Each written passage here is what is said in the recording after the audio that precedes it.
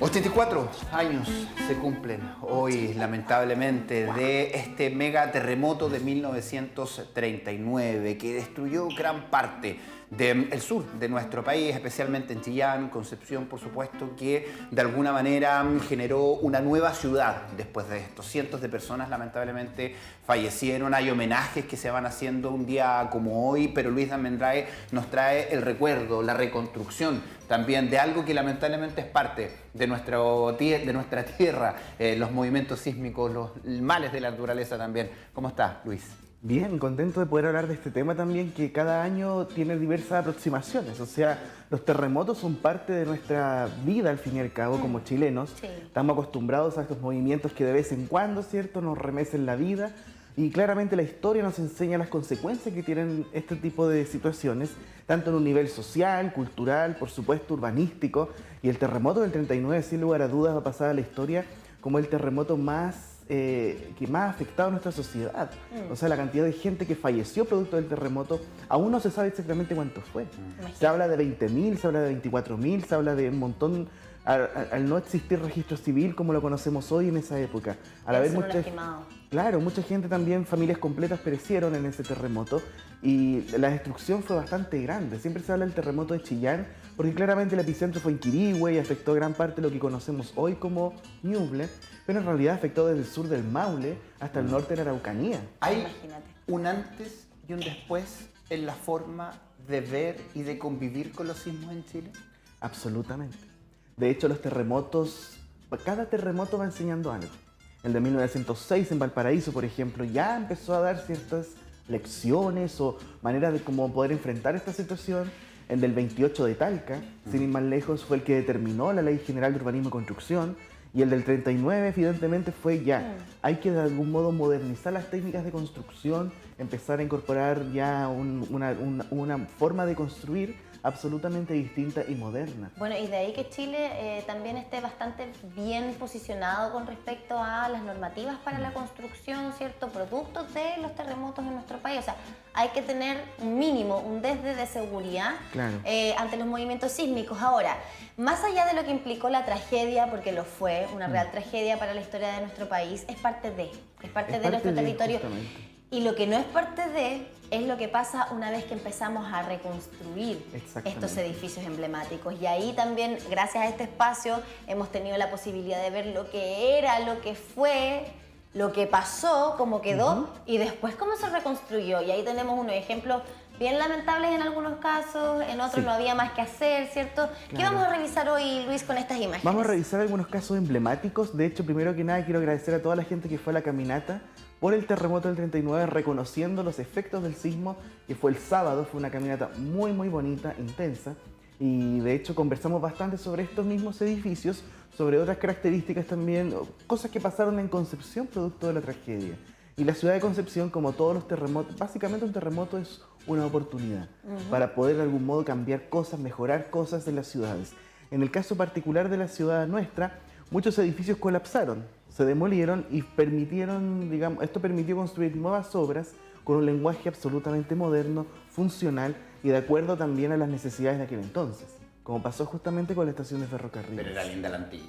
La antigua era linda, sí, pero ¿sabes qué? Ya en los años 30, en el diario, por ejemplo, aparecían algunos anuncios de que ya pensaban demolerla o ampliarla, porque estaba quedando chica en aquel entonces. Ahora, si bien esta era maravillosa, ¿verdad? Lo que quedó después también lo es. Absolutamente. También lo es. Y decimos lo que quedó porque ahora está también distinta a lo que tenemos aquí. Pero esta estación también es muy bella y en términos arquitectónicos me imagino que es fascinante, ¿o no? Absolutamente. O sea, nos muestra la voluntad moderna de una ciudad, el trabajo del arquitecto Luis Herreros, que además diseñó la estación de Valparaíso. Estamos hablando de una estación que es un símbolo, o sea, tiene esta gran torre como un faro, adentro está el mural de Gregorio de la Fuente, es un edificio cívico, o sea, en los años 40 aparece esta noción de los edificios cívicos, cómo aparece la importancia de la ciudadanía en torno a esta misma arquitectura. Entonces es muy interesante ver no solamente el edificio como el objeto, pero también la trascendencia que tienen estas obras. Su funcionalidad, por supuesto. O sea, yo creo que muchos de los que conocimos la estación antes de que la transformaran en lo que hay hoy día justamente, nos acordamos de la... Yo no la conocí activa, la conocí ya como casi que estacionamiento, como lugar de previa ahí de la zona. De hecho. Ese fue mi conocimiento, pero claro, en esa época se veía bastante abandonado, pero ya después mirando fotos así, claro que tiene su sello también, sigue una línea incluso un poquito como del campanil, como un poquito... Es una excelente analogía de lo que dice Luis, porque de hecho en la década del 40 en Concepción se construyen dos grandes torres. Tenemos la estación por un lado y tenemos el campanil en la Universidad de Concepción, construidos casi en paralelo y que también muestran por un lado la voluntad hacia el Biobío, ¿cierto?, con todo este sector industrial, ferroviario, y por otro lado la torre que nos habla de la intelectualidad, el conocimiento, la universidad. Y que tiene algunos toques como de similares a la U de Conce también, de hecho, si se quiere. sí, la arquitectura es bien similar. Que es interesante porque justamente la U de Conce ya en los años 30 estaba haciendo edificios así. Entonces ya estaba un poquito adelantada en términos arquitectónicos, en términos ya netamente de poder buscar la vanguardia arquitectónica. Avancemos a otro ejemplo de lo que pasó para el año 39. Mira, yo no quiero ni pasar cerca de esa discusión del reloj. Sí, yo creo que lo que hicieron mira, yo no me pongo que haya sido edificio de gobierno regional, creo que es fantástico destinar este edificio, digamos, buscar nuevas funciones, reformular. Pero el cómo, esa palabra mágica que siempre hablamos, el cómo, no había para qué forrar de rojo el edificio, no había para qué ponerle un reloj digital que nadie ve. No se ve la hora, es tan poco funcional esa lección. Mira, aunque les duela a muchas personas, a mi juicio lo que hicieron ahí fue absolutamente burdo. Fue absolutamente burdo. Es que no se ve la hora, ya sí, es que de verdad. Sí. No da ni la hora. O sea, no da la hora, no se ve la hora. Un reloj que no da la hora. ¿Qué es lo que estamos mirando acá? ¡Wow! Angol con Barros Arana. Maravilloso este edificio. Parece una guerra. Parece una guerra. Lamentablemente como las que vemos ahí en Mira, sí, el terremoto del 39 en Concepción generó daños bastante grandes. Grandes edificios se cayeron, por supuesto, pero también muchos explotaron. El terremoto fue de noche, fue pasadito a las 11:30 de la noche. Y también, por supuesto, es una época en la cual mucha gente todavía usaba velas, mucha gente todavía tenía cañerías de gas, que no estaban tan bien instaladas también, por supuesto. Y en algunos edificios de calle Barros Arana, por ejemplo, como vemos aquí en Angol y Lincoln, simplemente hubo explosiones e incendios. Por eso se nota como una guerra, Exacto. Finalmente. A la esquina ahí tenemos el edificio de Gildemeister, de la casa Gildemeister, que explota, se incendia, que se destruye, por supuesto, y se demuele prácticamente toda la manzana. Toda la manzana de Barros Arana entre Lincoln y esto Angol. Harto tiempo. Era una maravilla Barros Arana. ¿La limpieza? Sí. La limpieza tomó tiempo, sí. En algunos casos fue literalmente los días siguientes del terremoto.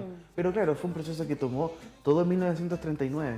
Y más adelante, por supuesto. Una maravilla lo que era Barros Arana, hay que decirlo, de verdad sí. Que es una... Sí, muy europeo. Siempre una calle muy, muy linda. Ahora, el edificio que se construye en su lugar también es una joyita. Sí. Los dos que están ahí en realidad. Sí, de hecho hay tres. Fíjate que ahí se ve unos chiquititos que vamos a hablar después. Tenemos el edificio Pequi, tenemos este edificio en la esquina que ahora están chapados ladrillo, que no sé por qué lo hicieron, pero bueno, por lo menos está, se entiende el edificio y se entiende su lógica moderna de los años 40. Marquesina, esquina curva, amplios ventanales, pero claro, en el centro aparece esta maravilla que es la Caja de Empleados Públicos y Periodistas. Una obra fantástica que claramente nos muestra todo este lenguaje moderno que se expande en los años 40 en toda la zona devastada. Vamos a ir a Cauquenes, a Parral, a Chillán, a San Carlos. Vamos a ver edificios muy similares. Y qué lindo cómo sigue la línea, digamos, de las ventanas de abajo del segundo piso, por ejemplo, ventanas cuadradas con estas rejas también horizontales. Arriba sigue un poquito la misma línea, pero con las barandas también horizontales. Sí. Entonces muy similar al segundo piso, siendo de distintas materialidades. Absolutamente. De hecho, la ventana que ustedes ven en el segundo piso es parte del local que estaba en el primer nivel. O sea, y es una ventana que da vuelta a toda la esquina del edificio. ¿Y todavía está? ¿Qué amplitud? Y todavía está, de hecho, claro. Estaban tan rejadas y cambiaron los perfiles, porque esos son perfiles de fierro, creo que ahora son de aluminio.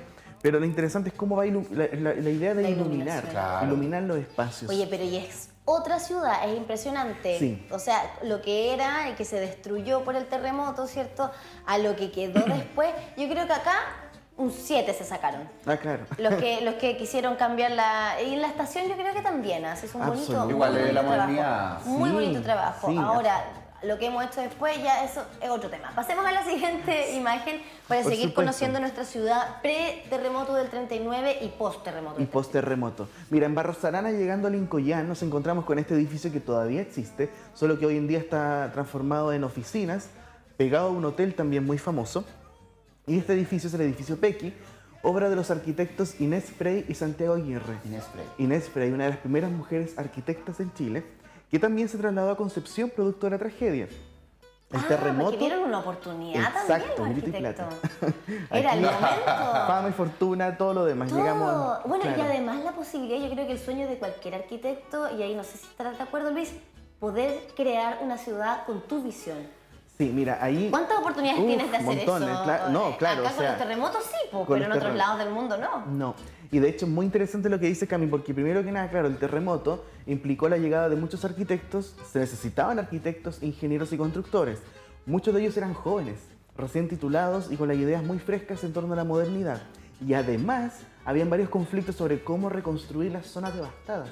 Hasta Le Corbusier, este famoso creador europeo suizo que principalmente trabajó en Francia, también se ofreció para poder reformular ciudades como Chillán.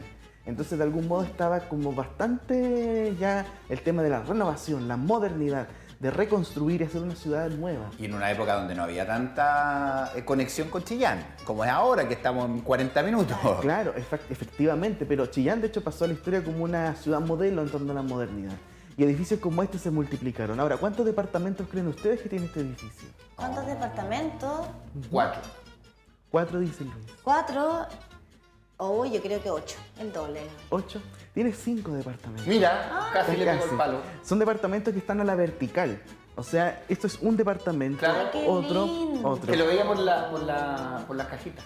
Claro, y de hecho en el interior no es un departamento tradicional de un piso, son departamentos que tienen diferentes niveles y que van escalonados, digámoslo así. Qué lindo. Exacto. Y ¿Todavía la parte- existe? Todavía existe, pero ya no funciona como departamento, sino que hay oficinas de diferentes Wow. índoles.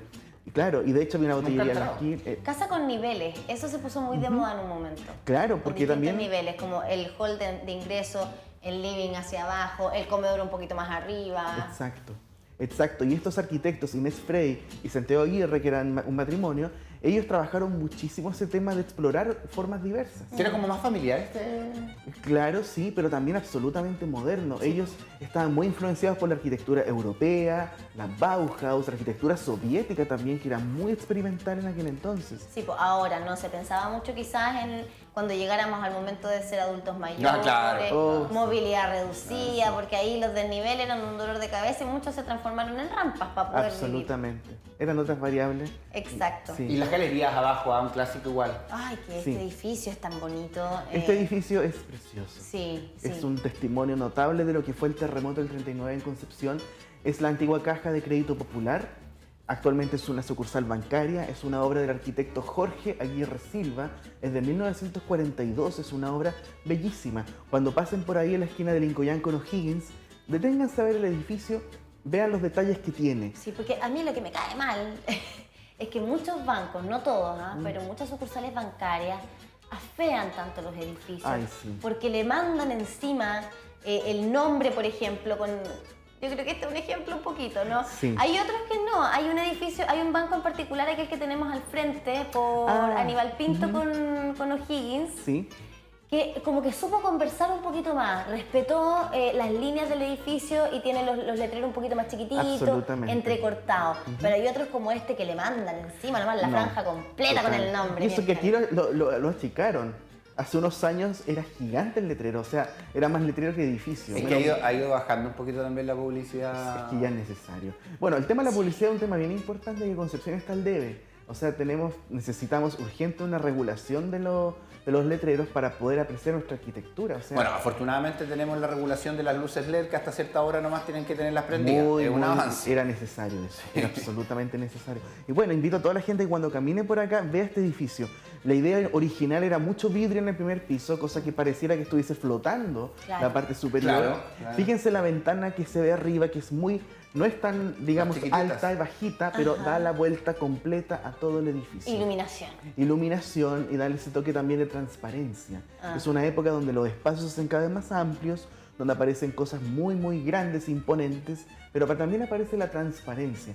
Y además, el mármol, tal como pasó con la estación de ferrocarriles, que tiene mucho mármol en su fachada, acá Aguirre Silva también propone mármol en sus fachadas. Y este caballero, Aguirre Silva, trabajó en varias cajas de crédito popular, no solo la de Concepción, también la de Temuco, también en otras sucursales que son todas bellísimas y modernas, por supuesto. Hay que tratar de imaginarse, cerrar los ojitos, imaginarse cómo era el edificio en su comienzo. Ay, sí. Por eso es bueno tener este espacio, Luis, porque tú nos cuentas justamente cómo era para poder ver más allá de lo que sea que hoy día está funcionando en cada uno de estos edificios. ¿Qué más tenemos hoy día para comentar?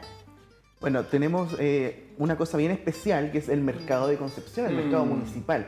Otra consecuencia del terremoto, el antiguo mercado se destruyó, no por completo, principalmente la fachada Caupolicán y de Maipú colapsaron, o sea, absolutamente.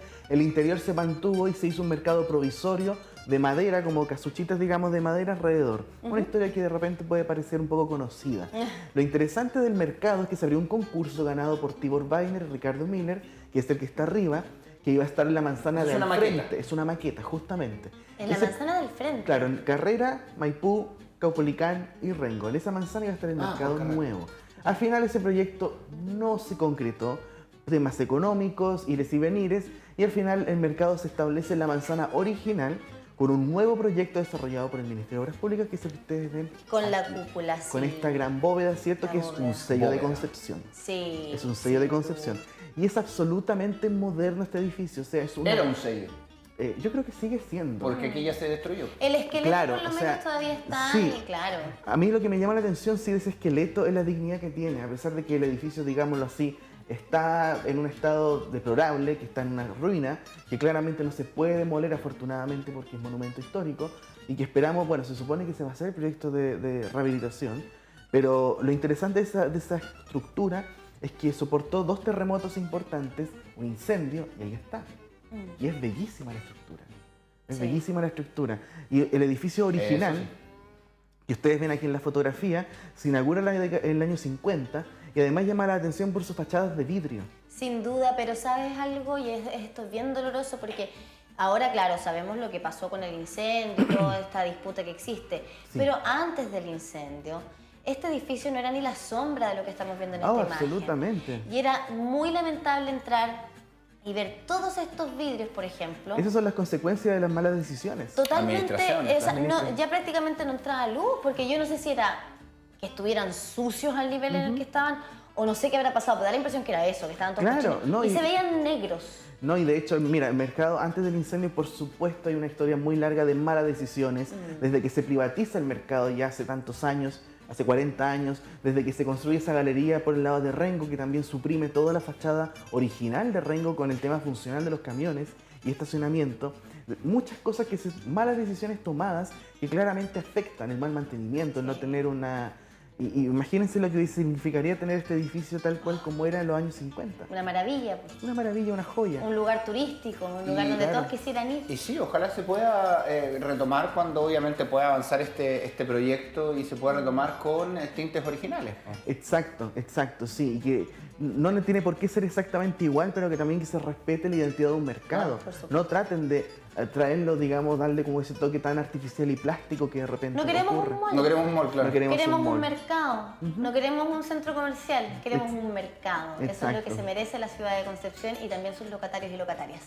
¿Qué es lo que tenemos acá? Aquí tenemos esta foto famosa de Harry Benner que sacó después del terremoto cuando estaban demoliendo la esquina de Caupolicán. Oye, a pulso, a pulso, entre carabineros, vecinos, militares demoliendo el edificio del Banco de Chile. A pulso. El antiguo edificio del Banco de Chile, que era bastante bonito, tenía decoraciones neoclásicas, cierto, arco de medio punto, pero por supuesto el edificio desaparece y se construye el nuevo Banco de Chile. Muy similar. Qué linda esta ciudad.